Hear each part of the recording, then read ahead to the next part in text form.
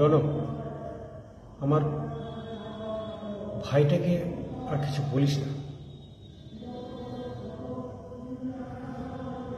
ও ওর ভুল বুঝতে পেরেছে।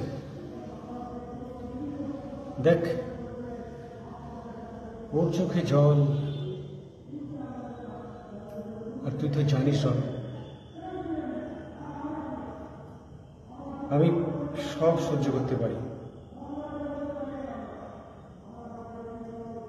কিন্তু আমার ভাইয়ের চোখে জল আমি